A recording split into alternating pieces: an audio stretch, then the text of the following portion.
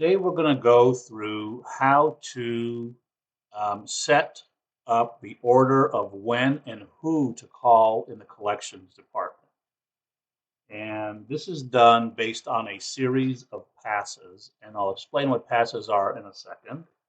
But first thing, we're going to go to the collection screens, which are, I'll begin with the letter L. So when I put L in, it gives us all the collection screens.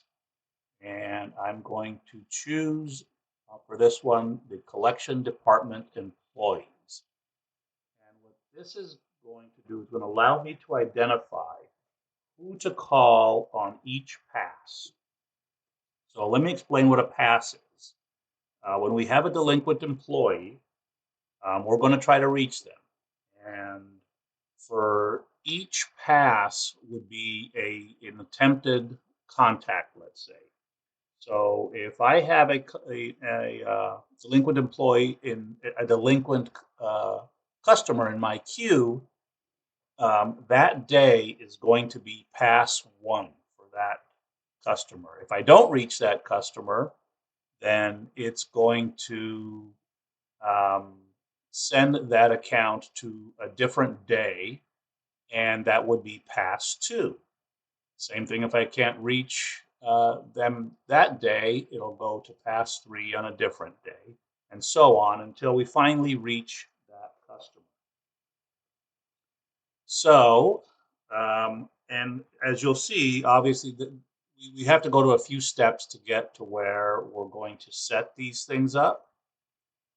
And this is, obviously, this is not something that every employee can do. Only managers with access to make these changes, because this is going to set up how the workload is managed, or how the collector calls customers, and when they call them.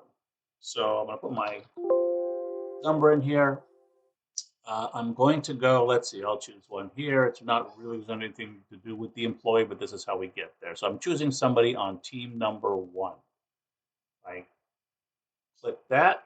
Uh, what it shows here are some things where I could set up a collector profile, which I'm not doing at this time, but this just shows you can set some things up like the number of follow-up days allowed for a collector. So what that means is collector can't set up a follow-up day more than, in this case, 10 days ahead of time. And if we were going to move a collector from one team to another, this is where we would move them, but that's not what this video is about. I just wanted to show you that.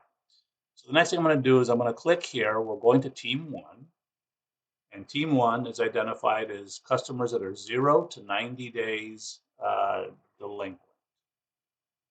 And so I'm going to edit that. I'm going to click the button edit down here. And I'm going to go to this button here that says team call flow. And there you can see the different passes. So what this is saying is on pass one, I want the collector to call the home number, not to call the employer, not to call a reference, but it's okay to call other phone numbers that we may have gathered for that customer. And so those are the options that will be shown to the employee when this account appears on their screen. Pass two is the same thing. Pass three, since we can't seem to find this customer, we're going to make available the home number, employer number, references, and other numbers, and so on. And so you can go in and click on these, and if you wanted to put the employer here, you could do that. Um, so you can set these up, as your company wishes to call customers. All right, so that's how we set up uh, who we call on each individual pass. I'm going to get out of here. And now I'm going to show you where we set up the rules for passes. And we do that going to the collector processing screen. And here, we're going to go to advanced search. Hold on there. And the advanced search is now going to, let's see, what is it? Here, it's special indicator. I'm going to click special indicator because we have, no, I'm sorry, that's the wrong one. I'm going to go to result because the rules that we're setting up is set up by the result. And the result is when a employee makes a phone call, what is the result of that phone call? And we have a whole bunch of results that they can click right here that um, that could be the result. It could be that they got an answering machine and no message was left, that they got an answering machine and they left a message. We're going to take, let's say, we're going to take this one here. We're going to take that they called and they got a busy number. They got the beep beep beep, and so the customer's on the phone with somebody. Um, and so let's go to that one. And what we're going to do is click here to edit that. And here's where we set up the results for when they get a busy number, right? So let's see what's set up here. You can do something like, okay, so this is when we do not make contact. You can require them when they reach somebody to get a promise to pay. I wouldn't recommend that. If you don't make a promise to pay, we're requiring it, and they're going to enter false information. So let's go down here. So here's where the rules are that can be followed. There's 3 rules, 1, 2, 3, and these are what those rules are. Down here, we are referring to the pass number.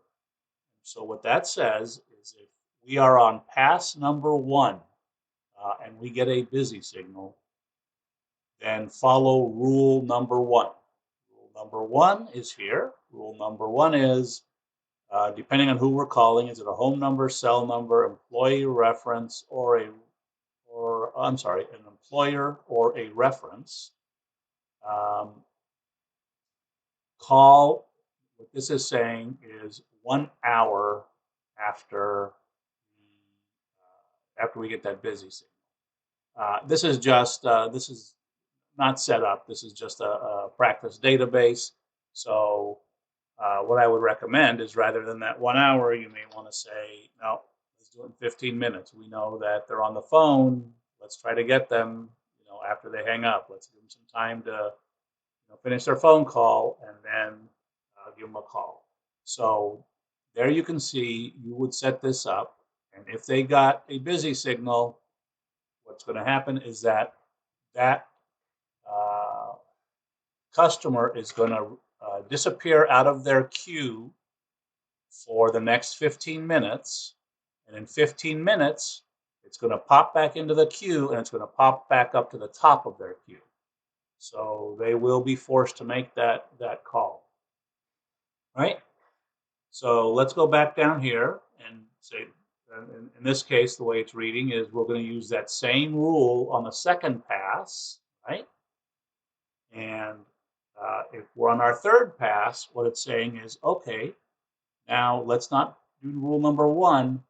Let's call back that customer at the last successful time that we made contact with them. Remember, Infinity is recording everything that you tell it that you did. So at some point, we would have recorded that we talked to that customer and we will know what time it is. Infinity is going to go out there and look and say, you know what, we've contacted this customer at this hour. Maybe it's a good time that they can be reached. So we're going to try to call them at the last successful call, right? On the 4th and 5th, we would go back to rule number 1, 6, rule number 2 that we just did. And at the 7th call, we would drop down into rule number 3. And that's what rule number 3 is just saying, on these days, call between these hours. So let's say here on this home and cell number, we said, you know what, let's try to call them between 5 and 8 o'clock in the evening because, maybe this customer has better success reaching people during those hours. However, if it's a weekend, let's call them between 9 in the morning and 6, a little broader area. You can see here in employment, in an employer, put on this one, even on weekdays, call between 9 and 5 because that's when we're most likely to get somebody at an employment, right? So you can see that um, there's a whole planning process here as to different ways you want to reach that customer, and depending on how your company operates, you want to escalate it to whatever you think is you're going to be most successful. And so that I hope shows you one how we define how or who employees call, and then based on their call results, um, what the rules we use to try to contact that customer. I'm going to go backwards here and say that these are all items that are set up or results for whether we contacted or didn't contact customers. Uh, you can add to this, you can delete from this in your company. The key is that before you get started, you're going to need to go in and you're going to have to define each one of these. Fortunately, it's only a one-time thing unless you change your mind and want to go change some later. This is part of the setup process. Each one of them need to be um, set up